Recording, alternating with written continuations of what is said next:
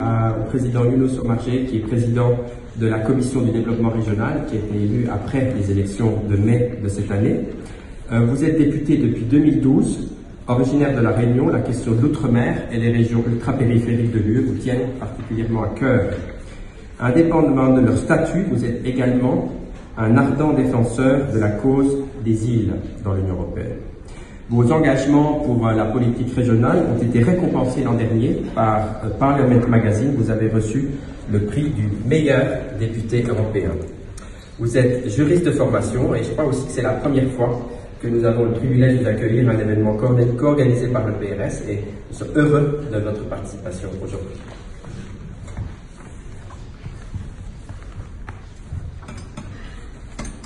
Monsieur le Président du Comité des régions, cher Étienne, Mesdames et Messieurs, c'est un vrai plaisir pour moi d'être parmi vous ce midi, parce que pour nous autres co-législateurs, députés européens, le rôle des services des études et des recherches est absolument fondamental. Avant de procéder à la modification des règlements, avant de voter en plénière, nous avons besoin d'informations et de données fiables pour l'analyse, mais aussi pour évaluer l'impact de ce qui nous est proposé par la Commission. Et croyez bien, pour notre commission Régie, mais aussi, je crois, pour l'ensemble de mes collègues, le travail que vous accomplissez est un travail absolument essentiel dans la construction même de la législation. Et puis, il y a tout ce qui concerne la prospective, parce que nous ne pouvons pas avoir le nez dans le guidon. Tout nous oblige souvent à avoir le nez dans le guidon. Mais nous devons penser à 10 ans, 15 ans, 20 ans. Et nous avons là des bases très solides, très fiables, par l'ensemble des études que vous faites pour pouvoir inscrire nos rapports, nos propositions dans une perspective. Et c'est très vrai concernant la politique régionale. Nous devons penser des régions et des villes à l'horizon 2050 et voir quelles sont les conséquences des décisions que nous prenons maintenant. Ceci comme propos liminaire. On me demande de parler des régions et des villes. Je pourrais vous dire deux mots sur ce qui nous occupe actuellement et ce que vient d'évoquer la première vice-présidente, Madame McGuinness. J'en parlerai plus tard. Mais peut-être vous dire que les régions et les villes se retrouvent en réalité au cœur même des transformations qui se jouent à l'échelle globale. Et nous avons, nous, à accueillir l'ensemble de ces transformations, leurs impacts, et à pouvoir, à partir de là, élaborer un certain nombre de solutions. D'abord, vous avez cette révolution démographique à l'échelle mondiale. Vous êtes ici des experts, vous savez qu'en 2100, la planète sera autour de 11 milliards d'habitants. Que la dynamique démographique est considérable sur le continent africain. Entre aujourd'hui et 2100, la population sur le continent africain passera à peu près de 1 milliard à 4 milliards d'eux. Un pays comme le Nigeria, ça sera en 2100 900 millions d'habitants, à peu près l'équivalent de la population sur tout le continent africain aujourd'hui. Et dans le même temps, et je parle sous votre contrôle, je crois que d'ici 2100, la population dans l'Union européenne continuera à régresser de 60 à 80 millions d'habitants. Et ce sont des dynamiques qui sont déjà en cours, qui en profondeur transforment les régions et les villes européennes. Nous avons par exemple affaire à des régions qui sont aujourd'hui des régions à très faible densité de population, très faiblement peuplées, et ça pose un certain nombre de questions pour le développement de ces pays. Et puis vous avez aussi les conséquences des migrations qui se réalisent le plus souvent dans les grandes villes européennes. Donc vous avez les deux, et nous avons à trouver des solutions par rapport à ça. Autre mouvement, autre transformation profonde qui impacte la planète, c'est tout ce qui concerne le vivant, le changement climatique, la biodiversité et tout ce qui concerne l'écologie. Là encore, c'est dans les villes et dans les régions européennes que se trouve le niveau pertinent pour apporter des réponses à ces défis. Et la politique de cohésion est appelée à jouer un rôle par rapport à cela. Je le disais il y a la semaine dernière au comité des régions, je suis convaincu que c'est dans les villes, dans les grandes villes, et en particulier dans les grandes villes européennes, puisque nous sommes très émetteurs de CO2, que se réglera la question du changement climatique. Et c'est pourquoi j'ai lancé une proposition qui, j'espère, sera reprise par la présidente von der Leyen et le premier vice-président commissaire désigné Frans Timmermans, pour qu'on lance un grand plan de boisement et de végétalisation dans les villes européennes et dans les grandes villes européennes. C'est un exemple. Autre transformation à l'échelle globale, c'est tout ce qui concerne la globalisation, la mondialisation des échanges. Mais là encore, lorsque l'Union européenne signe des accords de libre-échange avec ses partenaires, il y a des conséquences dans les régions européennes et dans les villes européennes. Et des conséquences par rapport à l'emploi qui viennent parfois fragiliser les objectifs que nous recherchons pour la cohésion. Et je vous le dis à vous, experts, et vous qui travaillez sur les études et les recherches pour le Parlement européen, nous devons combiner les éléments et non pas avoir des approches séparées, parce que tout est interdépendant. Et on ne peut pas aujourd'hui, et c'est le discours qui est le mien, on doit aujourd'hui assumer les objectifs de cohésion dans l'ensemble des politiques européennes, parce que tout concerne la cohésion, tout peut affecter la cohésion et tout peut promouvoir la cohésion.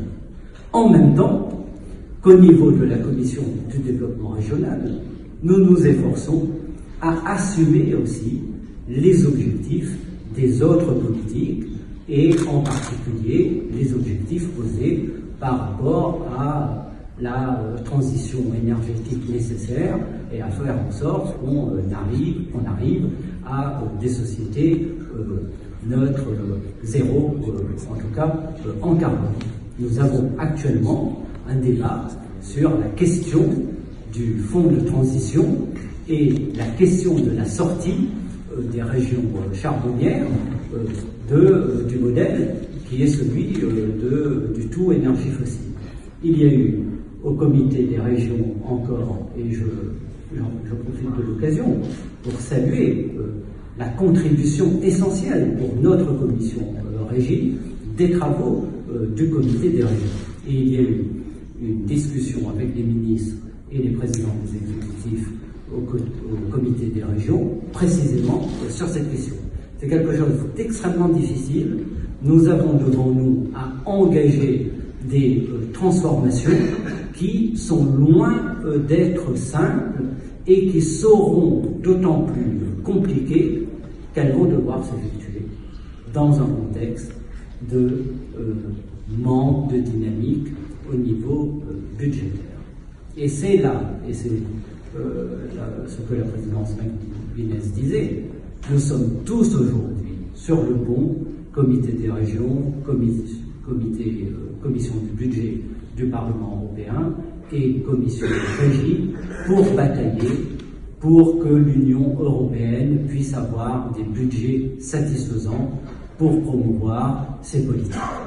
Et concernant la politique de cohésion, nous considérons qu'il n'est pas acceptable qu'elle puisse être sacrifiée sur l'autel soit d'arbitrage, qui serait plus favorable à d'autres politiques, mais surtout que la Commission, dans sa proposition initiale, et peut-être le Conseil, sacrifie la politique de cohésion et la politique agricole commune, c'est-à-dire les politiques traditionnelles, pour le financement de nouvelles politiques, tout aussi nécessaires que puissent être ces nouvelles politiques.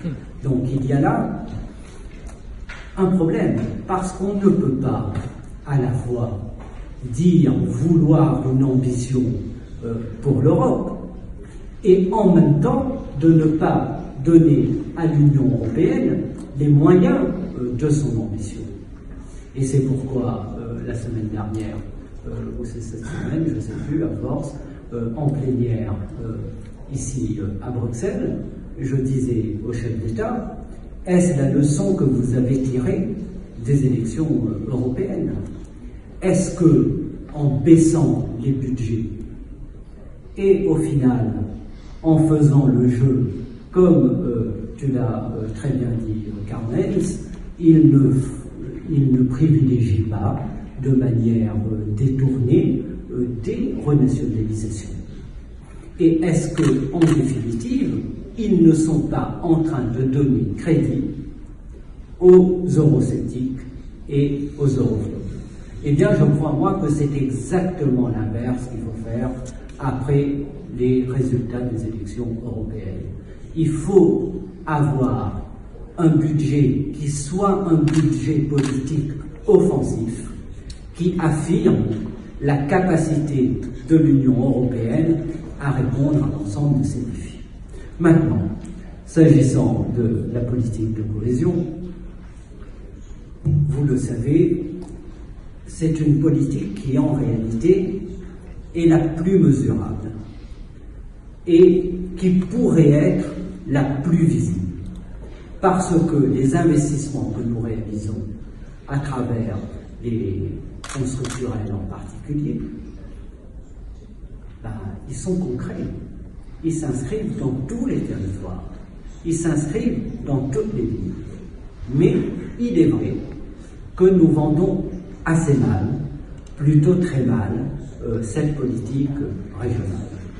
Donc nous avons un effort à faire, et c'est aussi un objectif qu'a fixé le comité des régions, et vous pouvez nous aider pour cela.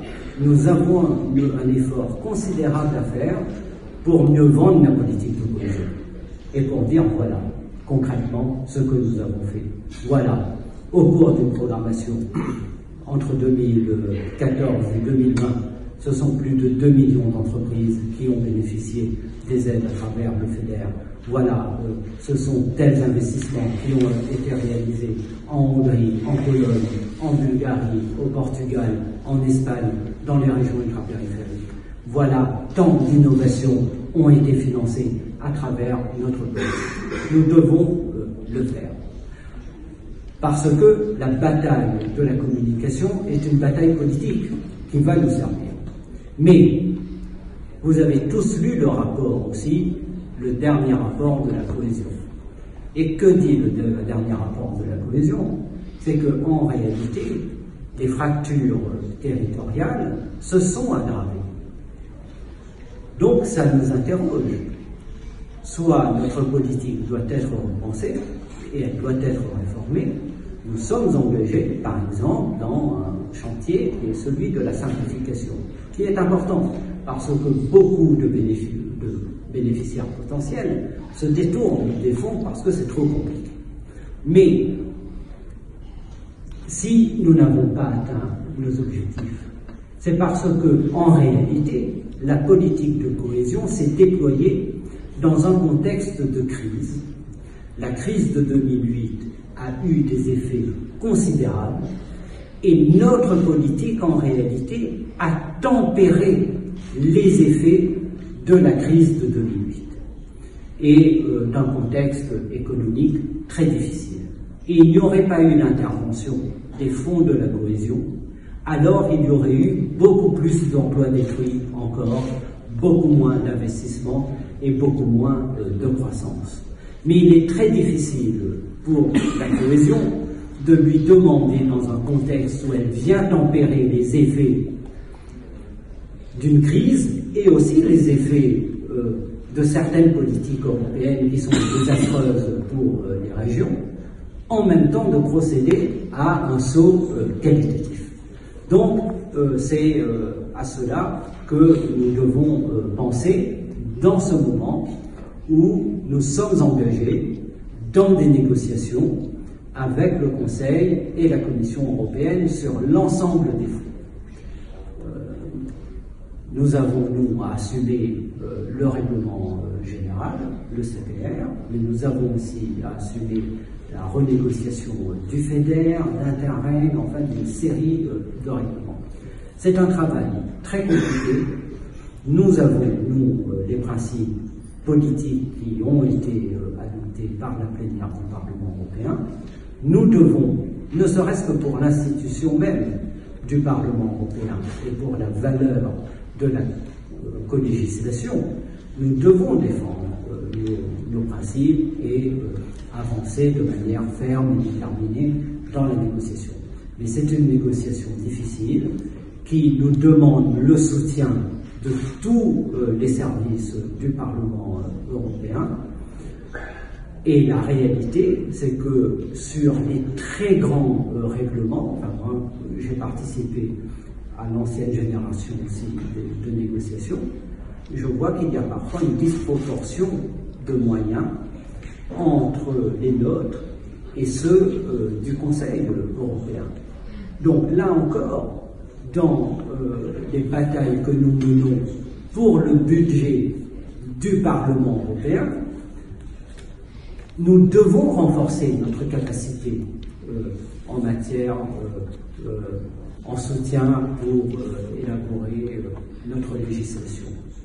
Les capacités administratives du Parlement européen doivent être renforcées parce que parfois il arrive que face au Conseil qui a des moyens considérables, la Commission européenne qui a des moyens considérables, nous nous retrouvions dans des positions difficiles. Je ne veux pas être trop long, je pense que vous avez compris que les semaines, les mois qui viennent sont extrêmement importants. Nous sommes des députés européens, donc nous sommes ici pour mener des combats politiques. Nous avons des votes en plénière, nous avons des positions politiques, nous avons des expressions publiques et nous sommes engagés aujourd'hui dans un rapport de force, disons-le, avec le Conseil européen, et nous verrons là les 16 et 17 et 18 octobre déjà comment le Conseil européen se positionnera. Voilà, merci encore pour votre contribution à notre travail et puis bonne journée. Merci.